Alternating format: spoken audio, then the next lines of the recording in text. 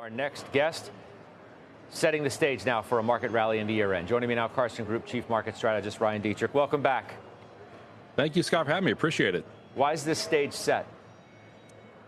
Yeah, great discussion you had earlier, and real quickly, obviously, thoughts about everyone impacted by the hurricane. So let's just look at what's happened so far this year. This year, Scott, right now, is like the best start to a year for the S&P 500 since 1997. Now, you think to yourself, okay, well, maybe we're stretched, right? Up 10 of 11 months. That's getting up there. Maybe October could have some volatility. But the reality is this. I've come on with you for a long time now saying this economy is stronger than people think. Earnings growth continues to improve. The rotation trade into many groups continues. Yes, we are stretched near term. October is the worst month. I know I sent something to you last point here on October. When you're up 20% for the year, Scott, October actually usually doesn't do that well. Okay, it is what it is. You're up a lot. Down 7 out of 9 times, down about 3% on average. So I think the key thing is if we get some volatility this October before an election, in an election year, where October is usually not that great to begin with, would be perfectly normal with the underpinnings that have got us to 42 all-time highs this year are still in play. And we still think, once we get through this, we're still going to be a good deal higher before the end of the year. I know those historical things, I feel like they mean nothing, right? We came into September, everybody's like, uh-oh, It's a historically bad month, worst month of the year for stocks. And here we are having this conversation. No, I can't disagree. Obviously, that caught a lot of people with the September. We had that volatility to start the month. I was in New York with you 2 months ago. We had all that volatility around the yen carry trade. Right? Yeah, that was August 5th. That was like almost 2 months ago. No, exactly. But just remember how worried and feared, how scared everyone got. And now here we are, obviously well off that. But you're right. I mean, that's the seasonals.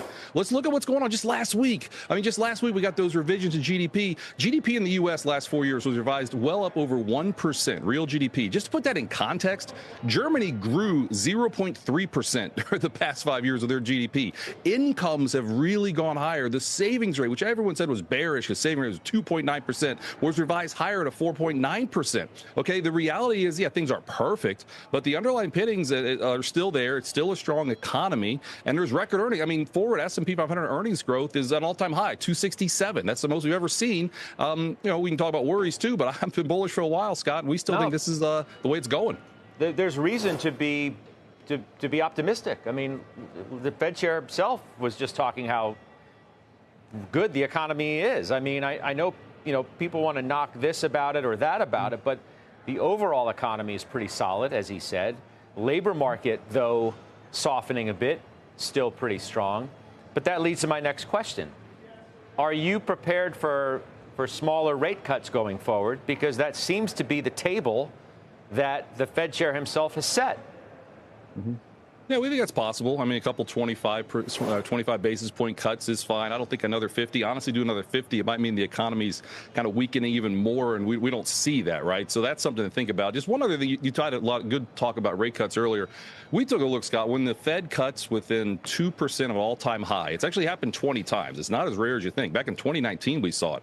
This is one of those, it is what it is. Let's just not ignore it. 1 year later, S&P's higher 20 times, up almost 14% on average. Lots of other stuff to look at. But the reality is, again, the Fed is now cutting. The Fed is now more dovish. That is a tailwind when you have the reality of the economy strong. Last comment on this. The Fed's cutting for a couple of reasons. Really, we think it's because inflation's last year's problem. I've been saying that for a while now. Just on Friday, the PCE data said, again, inflation's not really a problem. We don't need interest rates over 5%. That's why cuts are coming. What about the broadening? We've had a lot of broadening over, this quarter is going to be remembered as finally when you had the equal weight outpace the market cap weight. Is that something that continues or no? No, we think it does. I've come on, we've said a while, we're more neutral technology. 3 months ago, people thought we were crazy to say that. We've thought this broadening out is going to come. It's going to start when the Fed finally starts to cut. And I know small caps are a dirty word a lot of times. Small caps historically start to outperform when the Fed actually cuts. But mid caps have been our largest overweight all year. Mid caps quietly have done really well. So with the cutting in play, we think this broadening out theme that we've been talking about all year is alive and well. And we do think it's going to last more than just a quarter or two. This might have a couple years to it, Scott. Last comment here, small caps are open to large, historically cheap since 1999. That kicked off a 12-year period of small caps outperforming large caps. Not saying that's going to happen again. We're just saying there are parts of this market that are cheap, and those are some areas you probably want to look into.